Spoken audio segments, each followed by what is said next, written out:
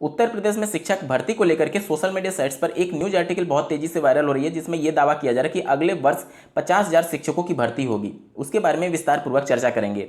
UP triple SC आयोग के माध्यम से आयोजित होने वाली पीईटी की परीक्षा के संदर्भ में एक मामला कोर्ट गया हुआ है, इसके बारे में विस्तार पूर्वक चर्चा करेंगे। डीएलएड सत्र 2021 में प्रवेश प्रक्रिया प्रारंभ हो चुकी है, इसके बारे में चर्चा करेंगे। यूपीएससी में आयु सीमा के विवाद को लेकर के माननीय कोर्ट से क्या कुछ अपडेट है, इन सब के बारे में डिटेल में चर्चा होगी और शिक्षा जगत से जुड़े कुछ प्रमुख खबरों को भी हम लोग विस्तार पूर्वक देखने वाले हैं। तो अंत तक जरूर जुड़े रहिएगा इस वीडियो के साथ, बिना किसी पार्ट को स्किप किए हुए। नमस्कार दोस्तों, मेरा नाम है नीरज और आप देख रहे हैं करियर बिट यूट्यूब चैनल। अगर आप इस चैनल पहली बार विजिट कर रहे हैं तो इसको सब्सक्राइब करते हुए बेल आइकन को प्रेस करना ना भूलें। शिक्षक भर्ती के संदर्भ में सोशल मीडिया साइट्स पर यह आर्टिकल बहुत तेजी से वायरल हो रहा है, जिसे आप स्क्रीन पर देख पा रहे हैं। अगले साल 50,000 सहायक अध्यापकों की होगी भर्ती। फरवरी मार्च में टीईटी होने के बाद निकाला जाएगा भर्ती का विज्ञापन। ये आर्टिकल इस समय का नहीं है, बल्कि उस समय का है जब प्रदेश की वर्तमान सरकार ने उत्तर प्रदेश में 69,000 सहायक अध्यापकों की भर्ती के मामले में माननीय सुप्रीम कोर्ट में 51,112 पद रिक्त होने के संदर्भ में हलफनामा दिया था। उस समय ये आर्टिकल पब्लिश की गई थी और माननीय बेसिक शिक्षा मंत्री जी ने कहा था कि अगले वर्ष, मतलब इस वर्ष 2021 को संबोधित करते हुए उन्होंने कहा था कि 2021 में 50,000 पदों पर शिक्षक भर्ती कराई जाएगी। फरवरी मार्च में टीईटी कराना प्रस्तावित था और उसके बाद शिक्षक भर्ती का विज्ञापन आना प्रस्तावित था। लेकिन जिस प्रकार से जानबूझ करके अब टीईटी को विलंब कराया जा रहा है ताकि शिक्षक भर्ती ना देनी पड़े, ये बहुत ही निंदनीय है। देखिए, शिक्षक भर्ती को लेकर के पूरी तरीके से राजनीति ही हो रही है। पूरे उत्तर प्रदेश में ये होर्डिंग्स लगाई गई हैं। 4 लाख युवाओं को सरकारी नौकरी, उत्तर प्रदेश देश में नंबर 1 रोजगार देने के मामले में बताया जा रहा है। इसके साथ ही प्रदेश में ये भी होर्डिंग्स लगाए गए हैं कि India smart cities award 2020 Uttar Pradesh को केंद्र सरकार के द्वारा दिया गया है। मतलब उत्तर प्रदेश में सबसे ज़्यादा स्मार्ट सिटीज़ बनाए गए हैं। अगर अगले वर्ष विधानसभा चुनाव नहीं होता और दूसरे राज्य में उत्तर प्रदेश जैसा कुछ माहौल होता तो हो सकता है कि वहाँ पर ये अवार्ड दिया गया था। मतलब समझ लीजिए पूरी तरीके से राजनीति चल रही है सिर्फ उत्तर प्रदेश विधानसभा चुनाव को लेकर के। चलिए अब बात कर लेते हैं शिक्षक भर्ती की मांग को लेकर के। माननीय बेसिक शिक्षा मंत्री जी के आवास पर जो अभ्यर्थियों के द्वारा धरना प्रदर्शन किया गया था, जिसमें पुलिस प्रशासन के द्वारा बल का प्रयोग करते हुए और कुछ अभ्यर्थियों को अपशब्द बोले गए थे, इसके संदर्भ में आप स्क्रीन पर आर्टिकल देख पा रहे होंगे।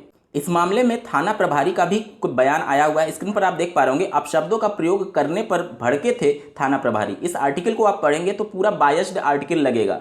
मतलब एक तरीके से अभ्यर्थियों को ही यहाँ पर दोषी ठहराया गया है। वहीं डॉक्टर नूतन ठाकुर, जो कि किसी पहचान की मोहताज नहीं है, उनके द्वारा पुलिस कमिश्नर लखनऊ को एक पत्र लिखा गया। स्क्रीन पर आप देख सकते हैं। इंस्पेक्टर हजरतगंज की श्याम बाबू शुक्ला द्वारा शिक्षक भर्ती अभ्यर्थियों को हड़काए जाने तथा अभद्र भाषा का प्रयोग करने के संदर्भ में यहाँ पर इनके द्वारा उस वीडियो को शेयर किया गया है और उसकी जांच कराने की बात कही गई है। और अगर जांच में वो वीडियो सही पाया जाता है तो उन पर आवश्यक कार्रवाई करने की भी आग्रह पुलिस कमिश्नर से की गई है। देखिए, परिस्थितियां जो भी बनी हो, लेकिन इस प्रकार से अपशब्दों का प्रयोग करना और असंवैधानिक तरीके से छात्रों को गलत मुकदमे में फंसाने की धमकी देना बिल्कुल निंदनीय है। और पुलिस प्रशासन को भी सामने आकर के और प्रदेश सरकार की भी ये जिम्मेदारी थी कि वह इस मामले को खुद संज्ञान में लेकर के इस पर आवश्यक कार्रवाई करे। वहीं बात करें यूपी ट्रिपल एससी आयोग के माध्यम से पीईटी के लिए आवेदन की अंतिम तिथि बढ़ाने के क्रम में अभ्यर्थियों ने यूपी ट्रिपल एससी आयोग पर भारी संख्या में उपस्थित होकर के धरना प्रदर्शन किया था। साथ ही विभिन्न जनप्रतिनिधियों को मिल करके उनको भी ज्ञापन दिया था और सरकार पर भी दबाव बनाने की कोशिश की गई थी कि फिर से पीईटी के लिए रजिस्ट्रेशन डेट ओपन किया जाए, क्योंकि भारी संख्या में अभ्यर्थी ऐसे थे जिन्होंने अपना आवेदन कंप्लीट नहीं कर पाया था। सर्वर पर कंजेशन की वजह से सर्वर वर्क नहीं कर पा रही थी, जिसके बाद से कहीं से भी राहत ना मिलने की वजह से ये अभ्यर्थी माननीय इलाहाबाद हाईकोर्ट का दरवाजा खटखटाए हैं रजिस्ट्रेशन डेट को फिर से बढ़ाने के क्रम में और आवेदन को फिर से लिए जाने के संबंध में। तो अब दिनांक 15 जुलाई 2021 को इस मामले में सुनवाई होना प्रस्तावित है।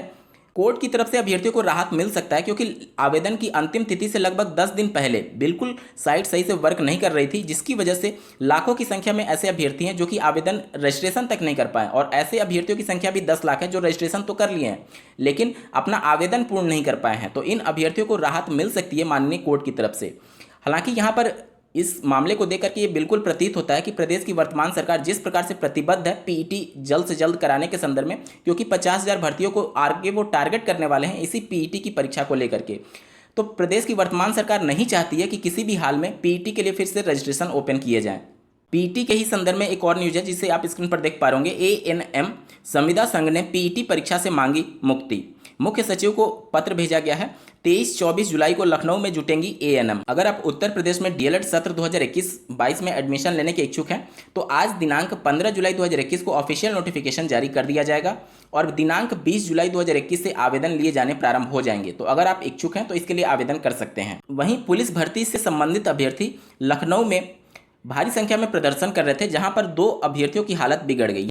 मामला ये था कि वर्ष 2018 में सिपाही के 23,520 और पीएससी के 18,000 पदों पर विज्ञापन जारी किया गया। मतलब कुल 41,520 पदों पर भर्ती प्रक्रिया प्रारंभ की गई थी। लिखित परीक्षा और शारीरिक परीक्षा पूरी होने पर 54,444 अभ्यर्थी परीक्षा में सफल घोषित किए गए। बाद में 14,000 अभ्यर्थियों को बिना चिकित्सा परीक्षा के बाहर कर दिया गया।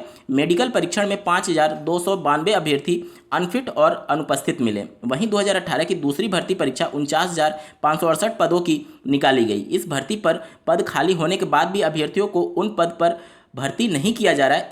वहीं अभ्यर्थी इस भर्ती प्रक्रिया को लेकर के धांधली का भी आरोप लगा रहे हैं। अब प्रदेश सरकार लगातार ये दावे करती रहती है कि जो भी भर्तियां उत्तर प्रदेश में हुई हैं वह पूरी तरीके से सुचितापूर्ण तरीके से कंडक्ट कराई गई हैं।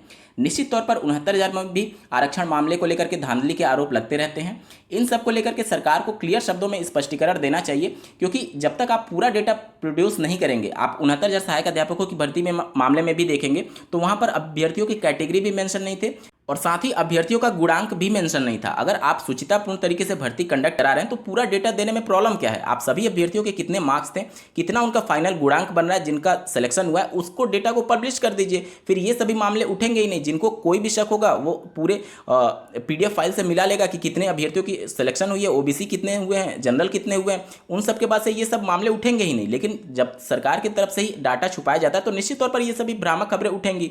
तो आप डेटा को सही तरीके से रिप्रेजेंट करते तो ये सब मामले प्रकाश में नहीं आते। वहीं यूपीएसआई से संबंधित एक मामला माननीय कोर्ट में लंबित है। जैसा कि आपको ज्ञात होगा, इलाहाबाद हाईकोर्ट की लखनऊ बेंच में यूपीएसआई की जो आवेदन तिथि के समय जो आयु मांगी गई थी, उस आयु सीमा में वर्ष 2021 में आयु सीमा निर्धारण किया गया था। लेकिन इसके बाद से ये मामला कोर्ट गया कि वर्ष 2016 से अभी तक कोई भी वैकेंसी यूपीएसआई की जारी नहीं की गई थी, जिसकी वजह से बहुत से अभ्यर्थी ऐसे थे जो कि ओवर एज हो चुके थे। अब कोर्ट ने इन अभ्यर्थियों को राहत देते हुए आयु सीमा 2021 से नहीं बल्कि 1 जुलाई 2018 से काउंट करने की बात कही है। इससे ऐसे अभ्यर्थी जो ओवर एज हो चुके थे उनको भी इस भर्ती में सम्मिलित होने का मौका मिलने जा रहा है। तो दोस्तों, ये थी आज की कुछ प्रमुख खबरें। ऐसे ही महत्वपूर्ण अपडेट्स के लिए इस चैनल को सब्सक्राइब करना ना भूलें। इस वीडियो को देखने के लिए आपका बहुत बहुत धन्यवाद। भगवान करे आपका दिन शुभ हो।